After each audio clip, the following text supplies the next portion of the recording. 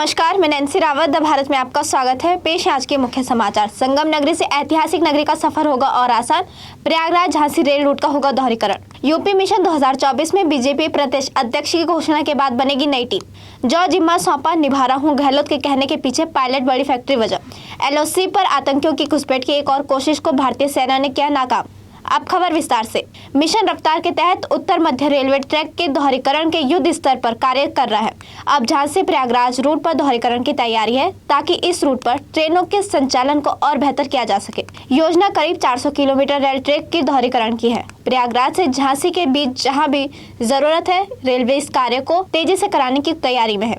झांसी से खैरार, मनिकापुर और खैरार में भीमसेन करीब 119 किलोमीटर तक रूट डबलिंग की जाएगी। वहीं भाजपा के नवनियुक्त प्रदेश महामंत्री धर्मपाल ने अब प्रदेश मुख्यालय पर डेरा डाल दिया है। वह पार्टी संगठन के विस्तार की रणनीति पर काम करने में जुट गए हैं। पार्टी के नए प्रदेश अध्यक्ष की घोषणा के साथ ही मंडल से लेकर प्रदेश तक नए चेहरों के साथ पार्टी संगठन के पुराने कामों का विस्तार देने का अभियान पार्टी शुरू करेगी। भाजपा नेतृत्व 2024 आम चुनाव के नजरिए से ऊर्जावान कार्यकर्ताओं के कंधे पर संगठन की जिम्मेदारियों का बोझा डालेगा। इसके संकेत मंगलवार को आयोजित बैठक में धर्मपाल ने दिए थे। मंगलवार को काशी, गोरखपुर, अवध क्षेत्र के पदाधिकारियों के साथ बैठक के बाद धर्मपाल ने पूर्व प्रदेश महामंत्री अब राष्ट्रीय महामंत्री सुनील बंसल से अकेले में चर्चा की। राजस्थान के सीएम अशोक गहलोत के कांग्रेस अध्यक्ष न बनने के पीछे कई कारण हैं। वह राजस्थान के मुख्यमंत्री पद को किसी भी सूरत में छोड़ने को तैयार नहीं है। विधानसभा चुनाव 2023 में सचिन पायलट को नेतृत्व सौंपने के लिए तैयार नहीं है। विधानसभा चुनाव में पार्टी का नेतृत्व करने पर अड़े हैं। सीएम गहलोत राजस्थान में सचिन पायलट को सत्ता सौंपने के लिए तैयार नहीं है। यही एक वजह है कि सीएम गहलोत कई बार कह चुके हैं कि राहुल गांधी को कांग्रेस का अध्यक्ष बनाना चाहिए। कांग्रेस तभी खड़ी होगी जब राहुल गांधी और कांग्रेस अध्यक्ष पद की जिम्मेदारी संभाले। सीएम गहलोत ने सोमवार को जयपुर में कहा कि राहुल गांधी कांग्रेस अध्यक्ष का पद नहीं संभालते तो लोग निराश हो जाएंगे। वहीं जम्मू कश्मीर में भारतीय सेना ने आतंकियों की घुसपैठ को नाकाम कर दिया है। सीमा पार से आए आतंकियों को सेना ने अखनूर सेक्टर में खदेड़ दिया। पिछले 4 दिनों में सेना ने आतंकियों की तीसरी घुसपैठ को नाकाम कर दिया। नौशहरा में एक आतंकी जिंदा पकड़ा गया, जबकि विस्फोट में 2 की मौत हो गई। नौशहरा के झगड़ा सेक्टर में तैनात जवानों में 21 अगस्त की सुबह एलओसी पर 23 में से 3 आतंकियों की घुसपैठ देखी गई थी। उनमें से एक आतंकी भारतीय चौकी के पास आया और बाढ़ काटने की कोशिश करी। जवानों ने उस पर फायरिंग की तो उसने भागने की कोशिश की, लेकिन उसके पैरों पर गोली लगने की वजह से वह घायल हो गया और पकड़ा गया। इसके साथ आए 2 और आतंकी जंगल की आड़ को लेकर फरार हो गए।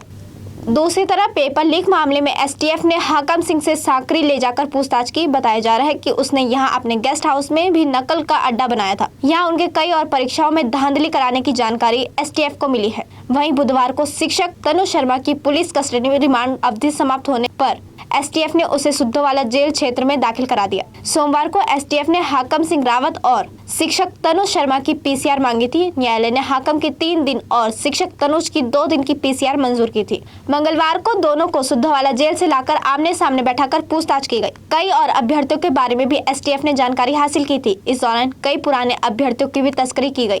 अब वक्त है एक छोटे से ब्रेक का, फिर लौटेंगे। इसमें रहती प्रेम की यमुना है, सिद्धांतों का उच्च हिमालय है, भक्ति सिखाता एक तिरंगा है, गुरुकुल जैसा प्यारा ये आईटीएम हमारा, सच्चे सपनों सा प्यारा ये आईटीएम हमारा, आईटीएम हमारा ये इंस्टीट्यूट हमारा, सच्चे सपनों सा प्यारा ये आईटीएम हमारा, आईटीएम हमारा ये इंस्टीट्यूट हमारा, सच्चे सपनों सा प्यारा ये आईटीएम हमारा। ब्रेक के बाद एक बार फिर से खबरों में आपका स्वागत है। शासन की वेतन पर रोक के बावजूद खुद आदेश कर वेतन निकालने के आरोपी राजकीय औद्योगिक प्रशिक्षण संस्थान हरिद्वार के प्रधानाचार्य पीके धारीवाल को निलंबित कर दिया गया है। निलंबन की अवधि में उन्हें हल्द्वानी स्थित निदेशालय से संबद्ध किया गया। आदेश में कहा गया कि शासन से अनुमति लिए बिना वह मुख्यालय नहीं छोड़ेंगे। शासन की ओर से जारी आदेश के मुताबिक आईटीआई अल्मोड़ा के प्रधानाचार्य पीके धारीवाल को पूर्व में आईटीआई देहरादून में संबद्ध किया गया था। 1 जून को उनकी संबद्धता को रद्द कर उनका तबादला अल्मोड़ा से पिथौरागढ़ कर दिया गया था, लेकिन उन्हें आईटीआई पिथौरागढ़ में पदभार ग्रहण नहीं किया। जो बिना अनुमति के 28 जुलाई तक छुट्टी पर रहे।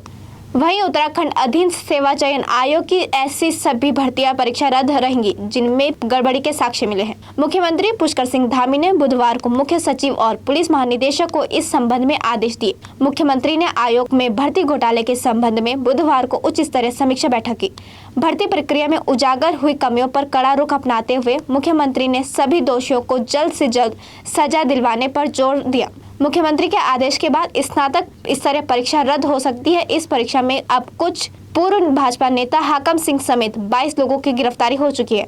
आरोपियों में से करीब 83 लाख रुपए बरामद किए गए। इनमें कई आरोपी ऐसे भी हैं जिनकी करोड़ों रुपए की संपत्ति है। इन सब की जानकारी एसटीएफ ने प्रवर्तन निदेशालय को भी दी है। वहीं थाईलैंड के संवैधानिक न्यायालय ने प्रधानमंत्री प्रयुत चान-ओचा को आधिकारिक कर्तव्यों को निलंबित कर दिया है। दरअसल कोर्ट में इस बात पर सुनवाई हो रही है कि प्रधानमंत्री प्रयुत चान-ओचा पीएम पद पर रहने की कानूनी रूप से अनिवार्य 8 साल की अवधि की सीमा पार कर चुके हैं। हालांकि इस बात की घोषणा नहीं की गई कि प्रयुत चान-ओचा को पद से हटाए जाने के बाद कार्यवाहक प्रधानमंत्री के तौर पर कौन जिम्मेदारी संभालेगा।